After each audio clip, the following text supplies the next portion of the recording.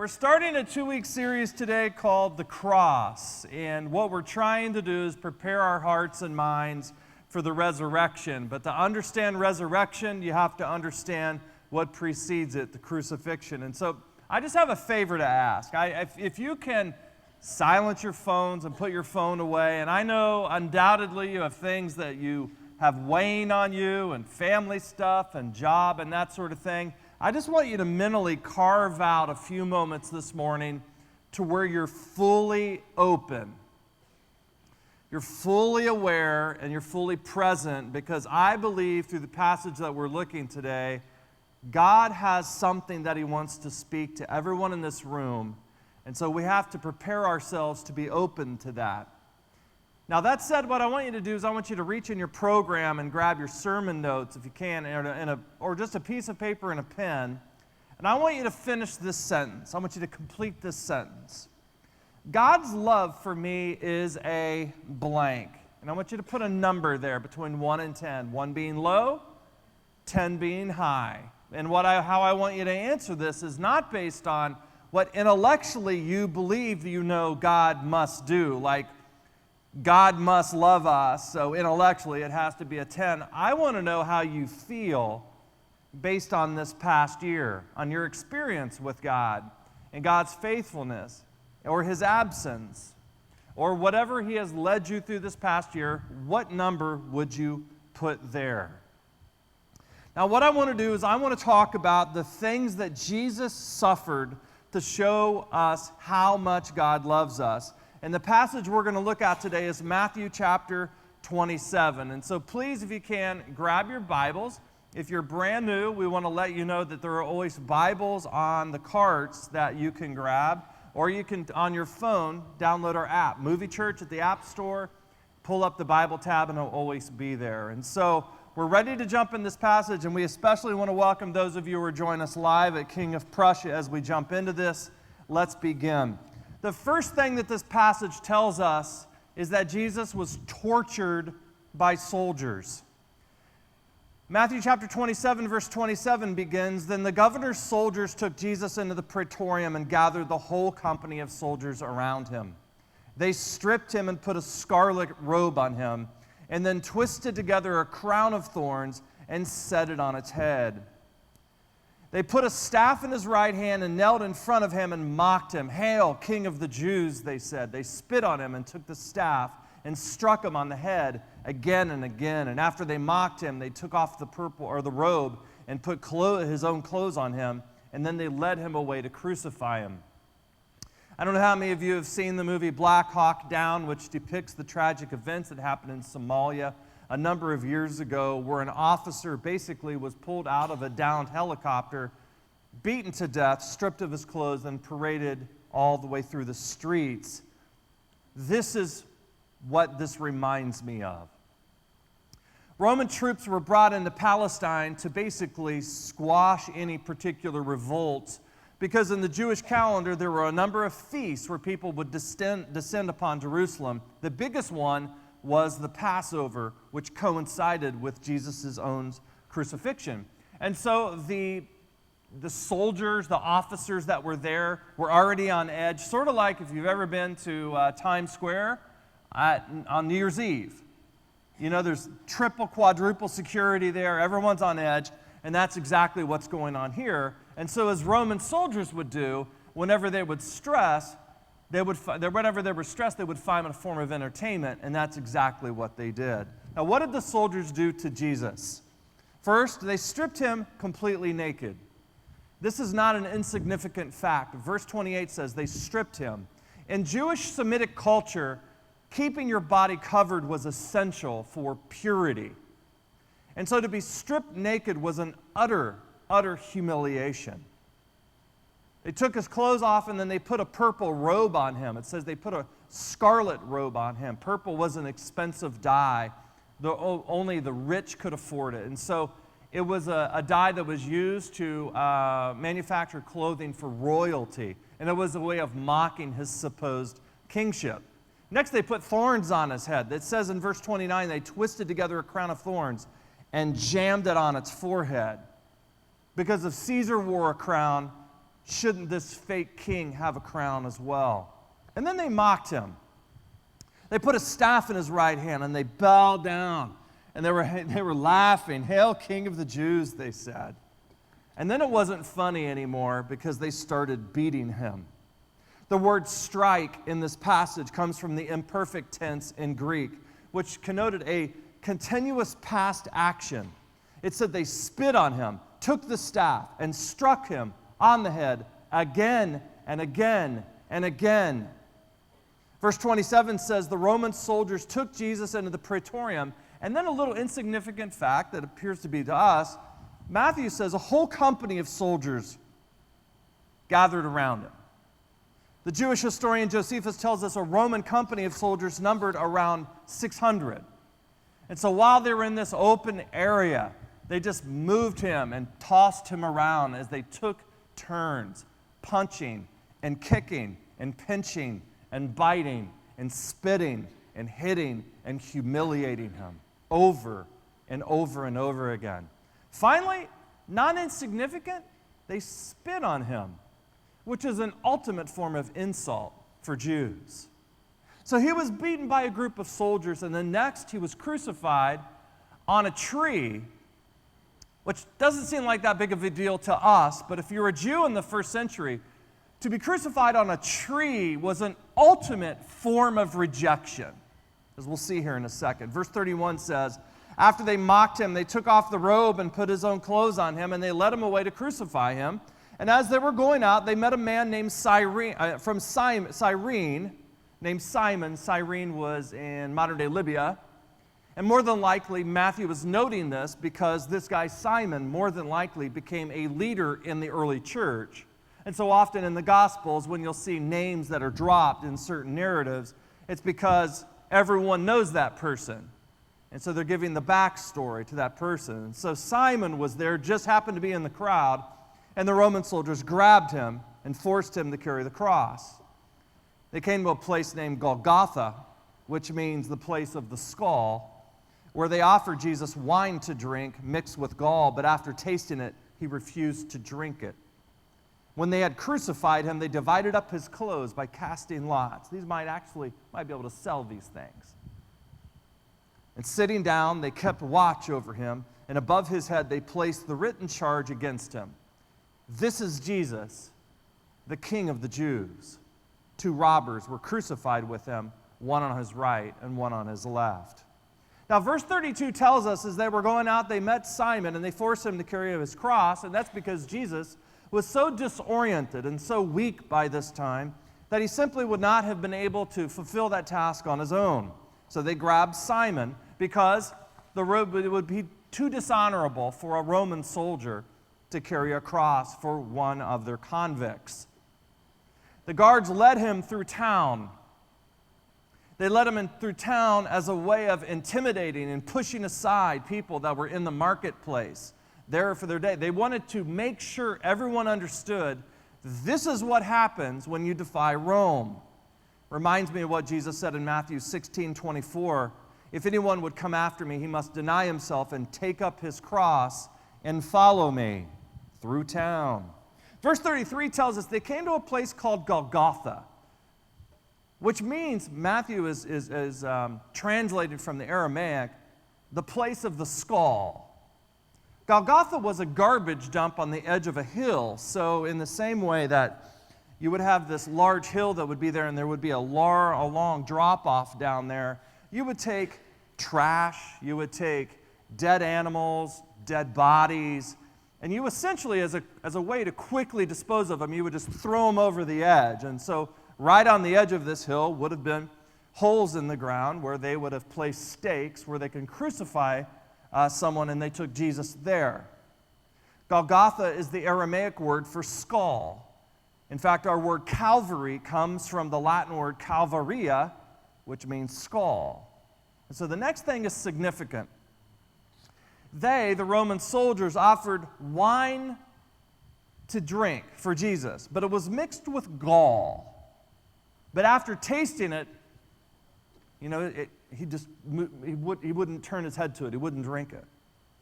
It was well known in the first century that gall was a strong narcotic. And it was a way for these soldiers who got to know him because he didn't respond in kind. There were a few undoubtedly that grew endeared to Jesus and wanted to knock him out so he wouldn't have to suffer what was about to happen. But he refused to drink it. He wanted to be fully conscious with what was about to happen. Verse 35 tells us, when they crucified him, which New Testament historians think is the early church's way of saying, we're not going to provide a lot of details of what happened because it's too gruesome to remember. So Matthew just said, when they crucified him. That was a loaded statement. William Lane, New Testament historian, says crucifixion was one of the cruelest and most degrading forms of punishment ever conceived by human perversity, even in the eyes of the pagan world. The Jewish historian Josephus described it as the most wretched of all ways of dying. In fact, our word excruciating comes from the Latin word crucis, which meant cross. Yet Roman soldiers used and perfected this form of execution.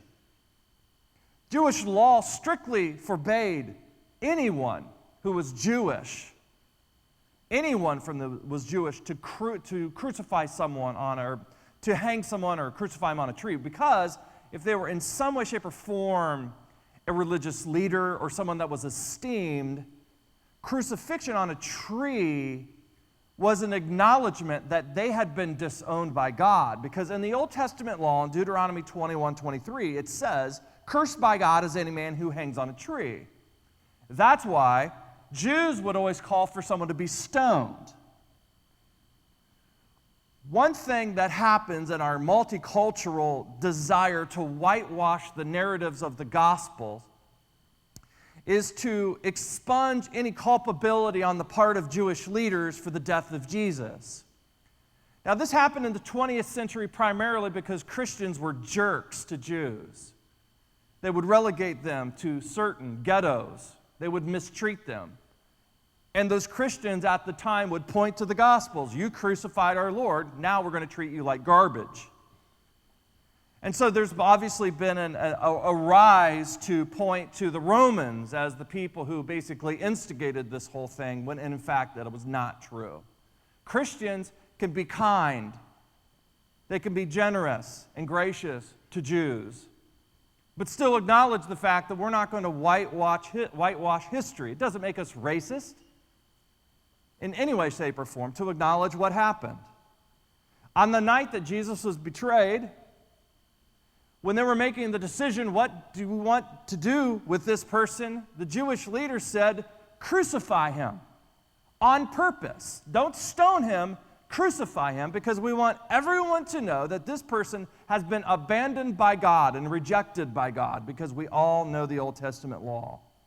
So how was someone crucified? As we mentioned, they were stripped of their clothing, and then they were whipped. They were whipped using an instrument called a flagrum. A flagrum was a short stick that would have long pieces of leather attached to it, 6-7 strips of leather. And at the end of these strips of leather, they would have pieces of bone sewn into them. So they would be at different angles. And so when you whipped, it wasn't so much the harshness and the power of the leather that was hitting the person. All you simply wanted to do was latch on really tight with the bones so you can strip the flesh. The person was usually struck 39 times with a flagrum, because we know this because the Romans perfected this. Anytime on average you hit someone more than 40 times with a flagrum and then pulled back on their skin, there was a tendency for them to die. So keep it up to about 39, and that gets them just to the point of death, but they're still conscious and they'll endure what is about to happen. Third, the person would be attached to a cross beam. The cross beam was carried by the victim to the hill. The cross was not already intact in the ground. There was already a beam of wood, and it was attached then to this cross beam that would be attached to the wood. Normally, the person would be laid down, there would be a beam, they would take their outstretched arms and hands, tie them with cords to the beam. But in Jesus' situation, his hands were nailed directly to the beams. A lot of people who are skeptics will say there's no way that you could actually nail someone's hands because it would come out. Well, of course. Matthew is not trying to be exact. In narrative storytelling terms, it's called a circumlocution. You put a nail between the bones and the wrists. The circumlocution is, I'm going to refer to the hands, referring to the whole area. And so he was nailed through the wrists, and then his legs were doubled over, and he was nailed then through his leg bones. And then he was hoisted up and affixed up onto this beam. Normally, the beam would be no more than about 6 feet high, which was taller than the average height of a man at that time. And he would be lifted up. And then the next thing that would happen is he would be left to die of asphyxiation. The person's lungs would begin to burn, and the only way that you would be able to get air would be to push up on the nails in your legs, pull up on the nails that are in your wrists, get a deep, full breath, and then go back to hanging. And so it was up and down, up and down, up and down. Mark notes that it was the 3rd hour, 9 a.m., when they crucified him. And so Jesus had been up the entire night before, had a final supper with his disciples, went to the Garden of Gethsemane to pray. He was arrested, went through a mock trial with Jewish authorities, tossed over to the Romans, was beaten nearly to death, and now it's 9 a.m. in the morning, and now he hangs, pushing up, going back down, pulling himself up to breathe, going back down. For the next 6 hours, then, we're told that Jesus hung on the cross while people laughed, mocked, and insulted him. It was not instant death. It says, verse 39, those who passed by hurled insults at him, shaking their heads and saying, "You who are going to destroy the temple and build it in 3 days, save yourself. Come down from the cross if you're the Son of God." In the same way, the chief priests and the teachers of the law mocked him. He saved others, they said, but he can't save himself. He's the King of Israel. Let him come down now from the cross, and we will believe in him. He trusts in God. Let God rescue him now if he wants him. For he said, "I'm the Son of God." In the same way, the robbers themselves who were crucified with him also heaped insults at him. Crucifixions drew large crowds. It was an odd spectator sport, much like you would see in the 1900s Old West hangings in the middle of a courtyard where people would bring picnic baskets out. So we're told that the people who just walked by were hurling insults. They hurled insults at him, and that's because there was a phrase that was common at this time that we know was, in fact, a common phrase because it was later codified in a document called the Mishnah that said, before a man puts his trust in flesh and blood and asks another person to save him, that person must first save himself from death. So they were obviously shaking their heads and laughing at this person that had mesmerized crowds for the last few years. Then came along the chief priests and the teachers of the law, had been waiting for a couple of years to get rid of this guy, never could do it because the crowds were on his sides, but now the crowds turned.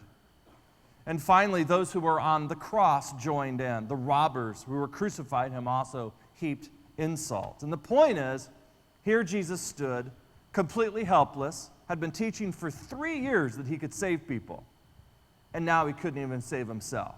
It was the ultimate form of ultimate rejection and payback. Instead of becoming an object of worship and adoration, he became a laughingstock. He was a fool. He was a liar. He was a lunatic. And you were stupid for ever following this guy. Finally, Jesus was abandoned by God himself.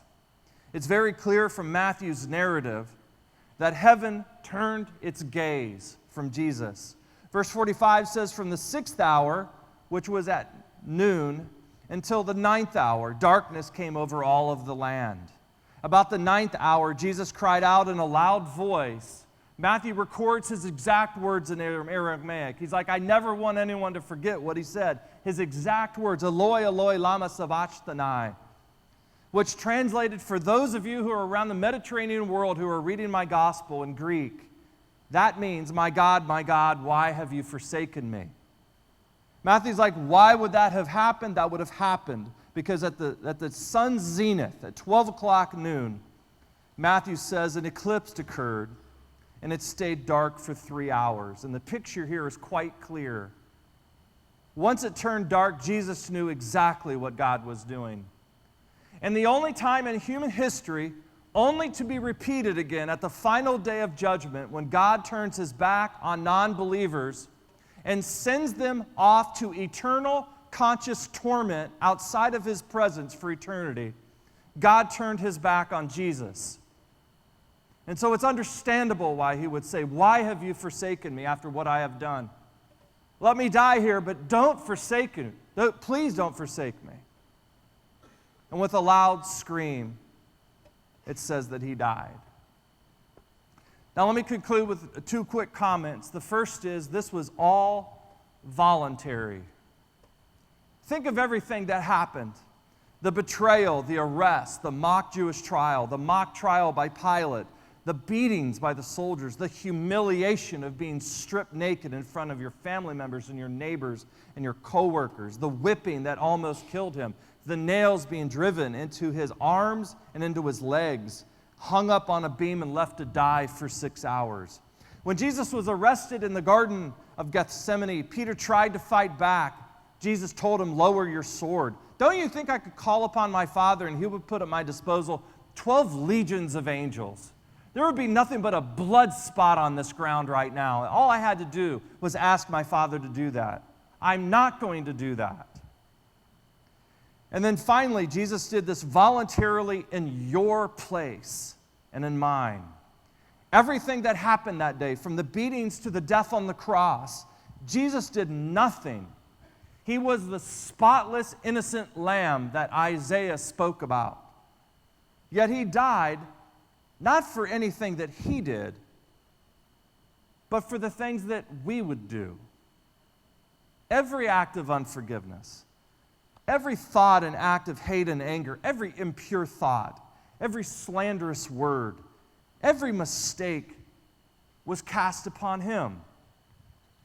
The greatest theologian that Christianity has ever had reflected upon the cross and said this in Romans 5:8, "God demonstrates his own love for us in this: while we were still sinners, Christ died for us." So I want you to recall the number that you put down when I asked you to reflect back upon this past year in your life and to make just a quick judgment call of what you feel God's love for you is. Knowing what he did for you on the cross, knowing that he deserved none of it, what would you answer now? How would you answer that question? Next Sunday, we're going to have a baptism service. For those of you who are in King of Prussia, this will be the first baptism service that you will have had an opportunity to participate in and be a part of. I'm kind of jealous. Back in the early days when we were at the movie theater, we would go to an apartment complex. We would have baptisms, and when we were done, because the Bible tells us that every single time, one person, just one person, comes back to the Father, the angels in heaven throw a massive party. So at the end of our baptism services in the early years, we would have what we call the ceremonial cannonball, where those who did the baptizing and those who were baptized would all line up and then jump in and do a big cannonball as a way of just sort of a big exclamation part on the day. And you get to do that next week. There is a hotel literally right around the corner from the movie theater that is allowing us to have our baptism services there. And we're going to give you an opportunity to make a decision to make Jesus the leader and the forgiver of your life, to accept his payment that he made on the cross for you to be forgiven. We're going to do the same thing here in Royersford. And so whether you're in King of Prussia or Royersford, I want to draw your attention to this blue card in your program.